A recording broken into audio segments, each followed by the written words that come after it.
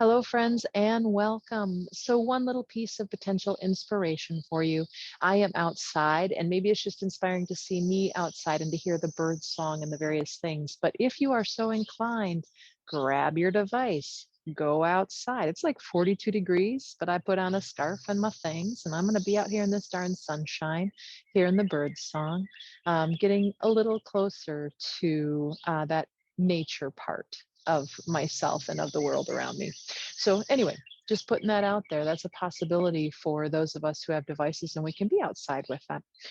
You're going to want a blanket roll. If you have one of those foam rollers, that would work as well. I just don't have one of those. And so I'm going to use a blanket. Go ahead and pre-roll your blanket. Have it towards the bottom side of your mat, wherever your feet are going to be. And then go ahead and lie down on your back. And I'd like you to do constructive rest pose to begin with, right? Where we have our feet a little wider. And I'm not going to put my feet on the blanket yet, but I'm nearby it. That way I can scoot down in just a second to do our first move, right?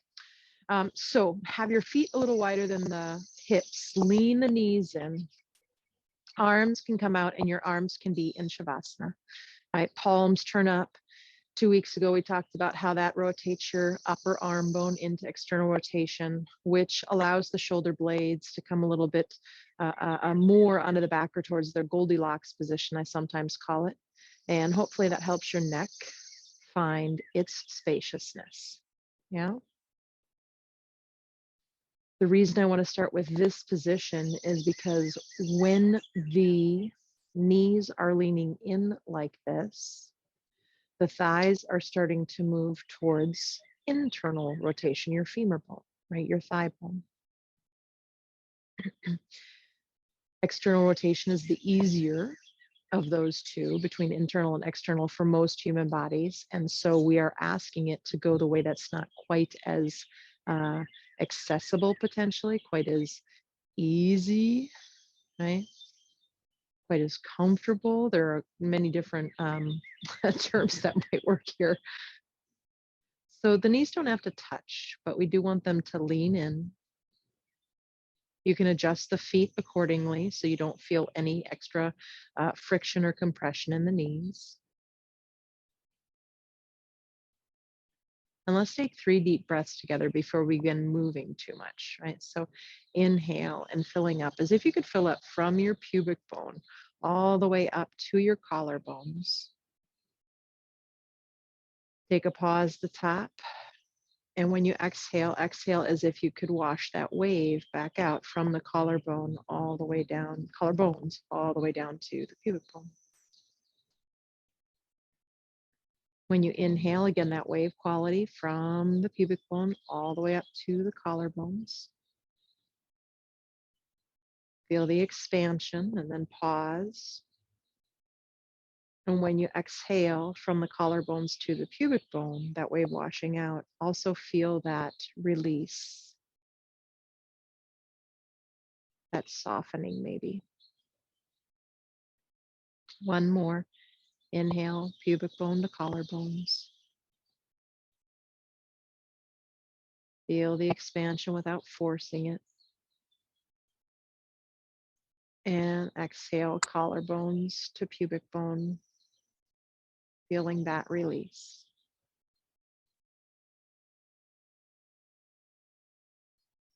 And then just go ahead and come back to your natural rhythm of breath. I want you to let your right knee move up so the knee faces the ceiling. And then see if your left knee, I'm going to turn my body so you can see this a little better in case you need to. Can your left knee then fall a little deeper in, right? You don't have to force it. You can think of that femur bone rotating in the socket in order to accommodate this. And then go ahead and bring that knee up and let that left knee fall across the midline, whatever that is in your body. We're trying not to lift the hips too much for this. The more we stabilize the pelvis, the more the bone rotates in the socket, right? And come back up. So for some of us, we're going to do that again. For some of us, we might walk our feet a little bit wider, like that left foot would maybe come off the mat a little bit, and then go ahead and let that knee move down and in again into that internal rotation. right? Don't force the knee into anything it doesn't want to do. If you feel this in the knee in an uncomfortable, or painful way, get out. It's not worth it. And let that knee lift up, walk the foot to the edge of the mat again. Maybe that right foot walks off the mat a little bit and that leg comes back in. Now, when I do that, my hip really wants to go up to accommodate, especially on this side. So I just have my hands on my frontal hip points as a reminder to keep them heavy and towards the earth. Let that knee move up, walk the foot back in, and walk both feet in until your feet are hip distance. And then we're going to kind of wiggle worm forward just a little bit to our roll, right? If you try to pull it back, you're probably going to end up unrolling it or kind of moving the roll around. So I'm just going to kind of wiggle worm forward. In an ideal world, my ankles are just a little bit in front of my knees, right? Different bodies, different things, of course, with that. Bring your arms by your side. And then I want you to just simply push the arches of the feet into the blanket to lift the hips up. And if it feels better for you to have the heels on the blanket or the roll, you could do that. As usual, we're checking in. We don't really want our knees to go all the way out, nor do we want them to fall in. Hopefully they're moving straight beyond our second toes towards what I'm going to say, the foot side of the mat. Right? And then it's not about the upper back bend. So let go of that part of your bridge. You can lift the chest a little towards the chin, but don't go extreme with that right now. And then we're holding. And I want you to bring your awareness into the back side of your hips, right? The glutes. Chances are really great that with this rendition, you are feeling those glutes turning on as you're lifting the hips. Take another breath. And go ahead, you can roll down or lower down as a wooden plank, like the spine is a plank, and then just pause for a moment. You can leave your feet on the blanket. We're going to come up again in a little bit. So again, either your arches or your heels are on this blanket setup. Palms rotating up, but my arms are in by my side. And then I'm going to go ahead and I'm going to push down into the blanket in order to lift the hips. Don't go to your highest height. As a matter of fact, go just a little below it. Again, bring your mind's eye, your awareness to the back side of your pelvis and see if you can't feel those glutes hugging up, right, into the body towards the front side of the hips. And that supports the low back, right? That helps the low back maintain its natural curve, makes it so the hamstrings don't have to do all the work by themselves, right? Or any of the other muscles. Everything's hopefully participating right now. And go ahead and lower down. Pause and take a breath. So we're going to do that one more time and add a potential challenge. When you come down, by the way, try not to hug your knees in. And hopefully you don't need that. If we recruit the glutes, the low back doesn't feel as sensitive or sore potentially because it has a support system, right? So try not to hug the knees in, unless of course you absolutely need it. And then pushing down into your feet, you're going to lift those hips up one more time. Go ahead and that chest can lift a little towards the chin. And just keep really rooting down through the feet. Let that be the main concentration. Now, the next piece here, if you were the globe and your belly button was the equator and I divided you into two parts, right? Your knees would move forward away from the equator towards the foot side of the mat. And let your chest also move, right? A little bit of a lift towards the chin, moving away from the equator. So the 2 points are moving away from each other, lengthening that spine as much as possible. Maybe you lift one of your feet up off of the block, the blanket, right? And go ahead and bring that down. Notice how much the hips want to move when you do that, right? Lift the other foot up. And maybe they do move, and now you know, right? And bring that down. We're going to try it one more time. Now, this time, try to stabilize. Try not to move your pelvis, your spine at all as you lift the leg. And bring it down. And then lift the other foot, leg, foot, and bring it down. And either roll down or just set the hips down and pause. Now, you can just kick that blanket forward off the front end of your mat. And still try not to hug the knees into the chest. I will give you that. I promise you that. But let's try to do all of these in a row without going to that.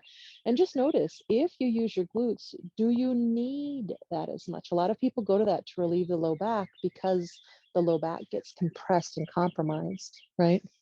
We're trying to teach the body not to do that. So from there, I want you to try to keep that same information you just gained when you were using the blanket underneath the feet, right? So push down into your feet to lift up the center of the heels. Try not to let the knees go wide or together. Let the chest lift a little bit towards the chin. But again, it's not about the upper back bend today, right? And as you root down, imagine that blanket underneath your feet. And if you push into that blanket madly, right, does that help your backside, your glutes turn on? And hopefully maybe we're recruiting the hamstrings, the glutes, and the spina erecta of the spine, right, the low back, all kinds of things to help us stay nice and steady in the low back. And low down, so just that on the first time. Take a breath or two. Notice what you notice about your body. Try not to hug the knees in. Okay, adding the second piece. Pushing into the feet as if the blanket was still underneath them, lifting up the pelvis, right? Chest lifting towards chin a little bit. Now this time, I want you to see if you can traction your heels towards your shoulders. They don't move there on a sticky mat, but if you pull your heels gently, don't go crazy with that one, right? Pull the heels towards the shoulders, chances are your hamstrings just turn on a little bit more. And breathe. And again, hopefully that low back gets the benefit of all these muscles being recruited. Exhale, lower down. Pause. Notice what you notice. So we're going to do that one more time with the potential of lifting a foot. And you don't have to do that if you don't want to. If you can't even stay up quite as long as I am and you get tired, come down and come back up. That is okay. Modify for yourself, right? Before you come up, find that blanket underneath your feet, right? Root down into that imaginary blanket as you lift up. Chest lifts a little to the chin, just a little bit. Again, imagine the equator being your belly button, and you are pulling the two lower and the upper half away from the equator, right? Now try to keep as stable as you can and try to lift up just onto a heel or lift the leg up, meaning foot off the ground. Bring that back down. And again, you can either just lift the other heel or you can lift the leg up. Try not to let the rest of the body move if you can help it. Bring that foot back down and lower down. Pause. Take a breath. Take two. And then go ahead and bring that right knee into the chest. And you can interlace around the shin or back of the thigh and hug the knee in. Bring that foot down. But again, hopefully this isn't necessary when we work in this way because the low back isn't compromised, right? And bring that down. Okay. So the next thing, you're just going to roll over onto your side body. I'm not going to call out a side because chances are there's one where you can see me a little bit better, right? I'm going to support my head on something. I think I'm going to get a block today, actually. And I'm going to support my head on that block. Now from that place, right, we're going to put our top hand on our top hip and we're going to hold it in place. It's going to want to go back behind you and it's going to want to go up towards your top ear. You're going to try to prevent it from doing that and just get a nice gentle reminder with that hand on the hip, not to do either of those things if you can help it. And then lift the top knee. You can keep the toes down, the big toes kind of stay connected. Clamshells, we call these, right? Bringing that knee down and lifting up. And bringing that knee down. We're going to do 5 of these. This is number 3. Again, our main concentration is the stabilization of the pelvis and the rest of the spine. And if we stabilize that, now stay up. And again, you might not even barely see me move because I want it to be that small. Pulse the knee up, up, up, up. Try not to move that hip at all as you pulse the knee. And one more, and then bring that down. And then you're going to go ahead and you're going to keep that top knee where it is and straighten your bottom leg out. Give me a second. I need to give myself a little more room, right? And you can either put that foot on the ground or you can just let the knee come down to the ground, right? You could support the knee on a block as such. Maybe I'll show that version. That seems about right for me today. right? And then from there, now I want you to go ahead and I want you to work that bottom leg, flex the foot, push the heel into an imaginary wall, all of our usual stuff. Now try to lift that bottom leg up and down. Again, I'm trying to stabilize my body as much as I can, the rest of my body, and lift just that femur bone. And yes, if you want to get technical, of course, the lower leg, the foot, everything else comes with it, right? But I'm doing the lifting from the femur, the thigh bone. And if you can't tell, even though I didn't call everyone out, every single one of them, I'm just lifting and moving up and coming down. Now the next one, stay up. And again, those baby pulses up, up, up, up, up. Tone your abdomen, your low back, right? Get everything fired up, recruited, and bring that down and bend both knees. Now you can simply roll over onto your other side. I'm going to switch my whole body because I think this is the more useful view for y'all to see. Feel free to support the head on something, please, whatever that something may be for you. My knees are bent, my hips are stacked. I'm going to bring my top hand. And if you're like, I don't need the top hand, I can stabilize just fine. Just do it, right? Just give yourself that gift. It feels supported. The hip does, right? It's also central nervous system work, by the way, right? It keeps that nice and stable. And then you can really feel it because there's feedback going into the hand, what the hip wants to do, right? Lift the top knee and bring that down. Wow, this is so much harder on this side for me, right? And bring that up. That's not unusual, but I'm just pointing out we start to make these observations, right? Here's number 3. I try not to let that top hip move back or up towards the ear of the top side. And this is number 4. I'm moving pretty slow. I'm controlling both the up and the down. And then the 5th, stay up. And again, baby pulses without anything but the femur moving. 5, 5, I think we did about 8. 5, 4, 3, 2, 1. Go ahead and bring that down. I'm going to switch my block and bring it beneath my knee, but that top knee could come to the ground. You could put the foot on the ground, right? Find out what works for you. We're working with the bottom leg now. I'm going to flex that bottom foot and push the heel into a wall. And then I'm going to keep that extension as I lift the bottom leg. If you have really sore hips with this, that some people, I should have said this on the other side, you could put that blanket that we started with underneath the body. So you have a layer between you and the floor. And you're just slowly lifting and lowering, controlling both sides. I like to remind my corset to turn on, right? I like to remind my solar plexus. I like to remind my low back, all of those muscles that help support, right? And then stay up with the next one and maybe do pulses, about 8 of them or so, just baby pulses, lifting the leg. And bring that down. And then you're going to come onto hands and knees. From hands and knees, we're going to actually move up into downward facing dog. I have to take a layer off. Oh no. I'm not taking my socks off yet though. And then from there, right, in your downward dog, bend your knees a little bit. 2 weeks ago, we talked about how we keep our index finger and thumb down. We rotate our outer upper arm, right? And then hopefully that neck can find its home with the crown of the head gently reaching forward between the thumbs. And then from there, keep all of that. Maybe those heels reach down, but maybe the knees stay quite bent today, and that's okay. Now go ahead and notice that when you lift your right leg, if I don't tell you, the right hip wants to lift higher than the left, and the left hip wants to move out to the left probably, right? Bring that foot down. And again, without doing much adjusting, lift the left foot, and if it had its druthers, the left hip would lift higher than the right hip would probably move out to the right, and bring that down. So now we're going to try to stabilize that, right? So again, we're going to go ahead and we're going to start to lift the right leg, but I want you to hug the left outer hip in, right? And I want you to lift the right leg only as high as you can while keeping that right hip level with the left. And then keep the hips stable and pulse the heel, the right heel, up to the sky. It's those baby pulses. It's not about how high you get. It's about stabilizing the pelvis. And then when you have to do that lift, of course, that's the hamstrings and the glutes helping to lift that leg up, right? And bring that down. And then from there, go ahead and lift the left leg up. Again, try not to let the right hip move out. Hug the right hip into the midline. Only lifting the left leg as high as you can without the left hip lifting. And then pulse that heel, that left heel up with baby pulses, trying not to move the pelvis or the rest of the spine. It's not a huge move. It doesn't have to be, right? Things don't have to be really big and painful and feel sensational for them to be really effective and amazing in our body.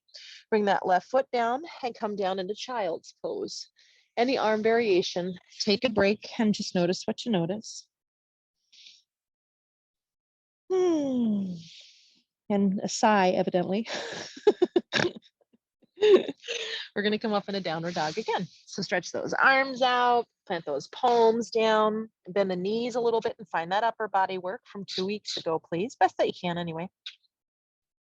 And again, if you were an equator at the navel and the two places moved in opposite directions, would your spine get longer and feel more supported? We're going to lift the right leg up. Now this time, I want you to let the right hip lift, but keep the leg straight. We often bend it, keep it straight. And then hug your left hip in even more, your outer left hip. That's the foot that's on the ground. Hug that left hip in like the Dickens. It should feel like a little bit of work. Push your index finger and thumbs down. Keep the length of the spine. And now you're going to go ahead and you're going to see if you can lift that right pinky toe edge up higher to the sky without your hips moving. Right? So I'm lifting my right pinky toe edge up to the sky. I know we're in a different relationship to gravity. I've got some friends right now who are probably dropping their ribs forward, their low ribs. So hug in that solar plexus. Don't lose that. And then bring that all the way down to the ground. Lengthen, find your stability. And then this time when you lift the left leg up, again, lift the left hip. First things first, hug the right hip in, the outer hip, in. Really work that outer hip, the adductor and abductor and the glutes, right? And then from there, keep your hips stable. See if you can lift your left pinky toe edge up higher to the sky, as high as you comfortably can without your hips moving. I have to remind my solar plexus to stay in. Mine is exploding all over the place, right? Exploding solar plexus, no! Bring the foot down, come into child's pose. And take a break there. I love this backyard. The birds are so active. It's great. I saw a female cardinal picking up pieces from the garden to go make her nest, I imagine. And come on up. Let those legs swing out in front of you. We're going to do tortoise, a variation of tortoise, right? So that means the soles of the feet come together, but my heels are quite a bit forward, right?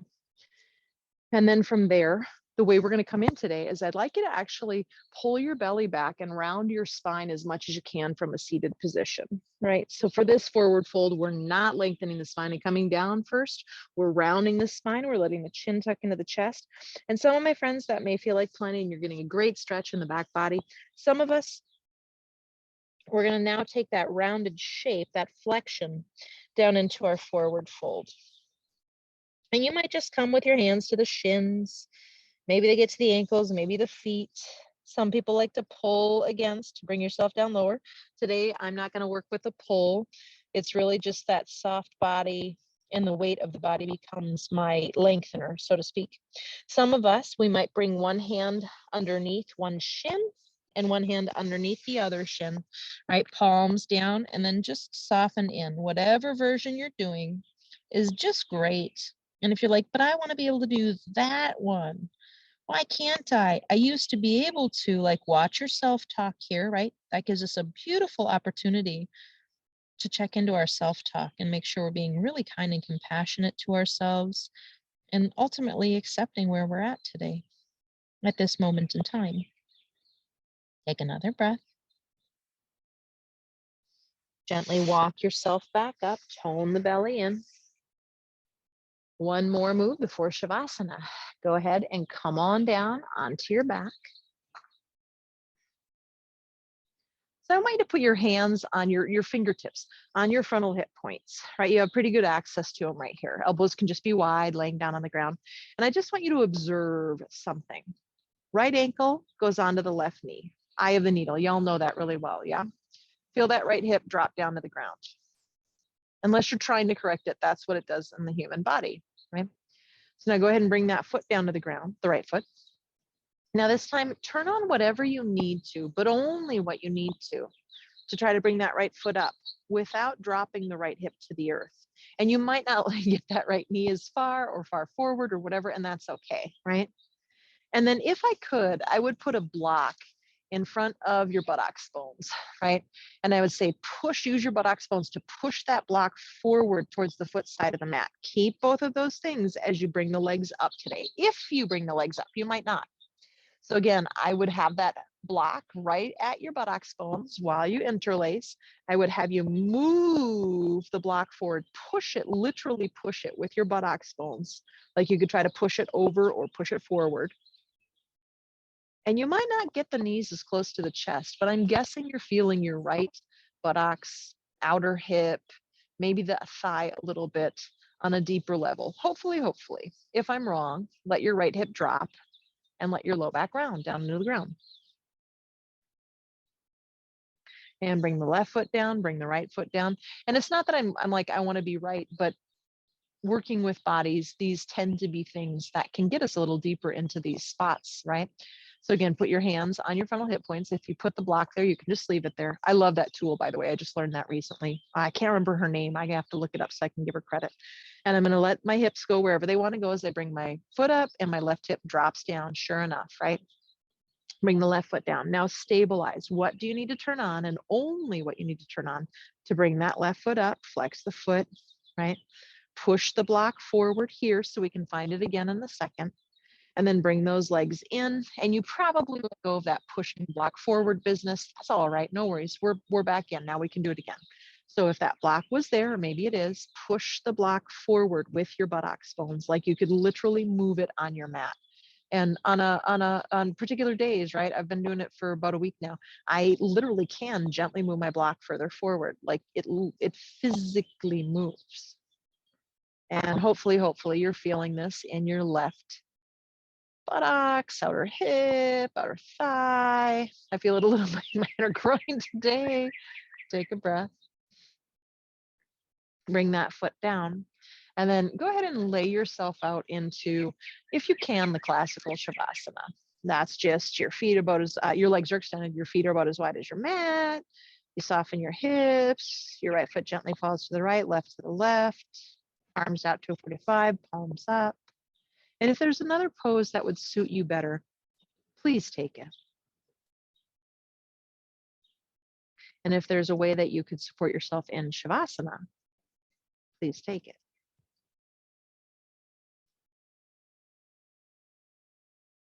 Otherwise, here we are in that final resting pose called corpse pose.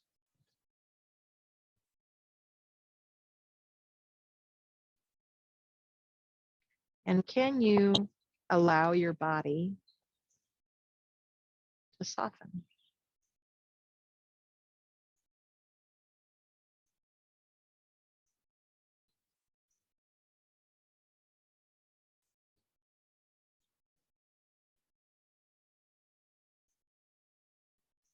As always, if the answer to anything that's asked by a yoga teacher is no, that's not a bad thing. And that doesn't mean you're doing it wrong. Listen to negative self-talk and just take it as an observation. No, actually, it's really hard for me to let go of my jaw. That is really great information that you now have. And of course, can you accept that?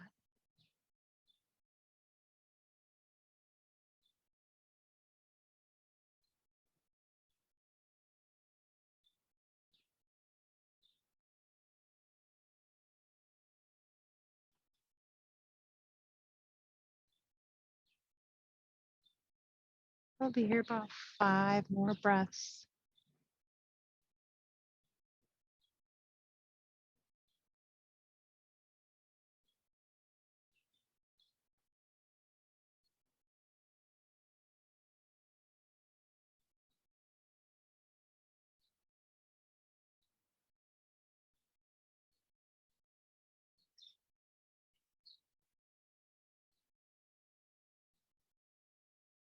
Bring your awareness back to your breath.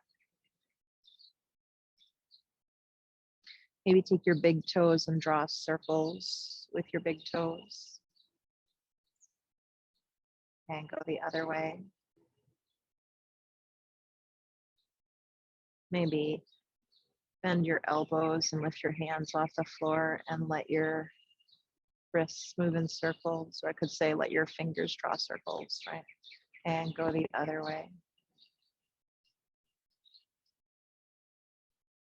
And then go ahead and maybe reach the arms overhead. Of course, if there's something else you'd prefer before you get up, take it, stretch long like you're getting out of bed for the second time. And if, like I sometimes do, you got a little grumpy, maybe the second time you can get out on, quote, the right side of bed. Come on up to an upright posture.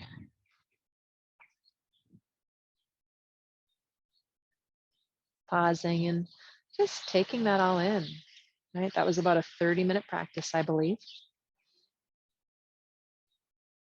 Letting that all integrate deeply, deeply, deeply within you. And it's not something you have to do. You just allow it to happen.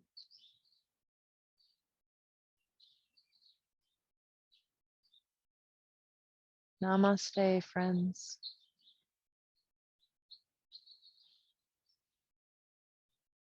And just every once in a while, when you're standing, sitting, doing various things, maybe just bring your awareness to your glutes. Notice what they're doing, if they're doing anything, and don't judge it. This is right, this is wrong. Oh man, this sucks. I'm terrible to my body, whatever, right? Let go of that stuff and just notice it and observe it.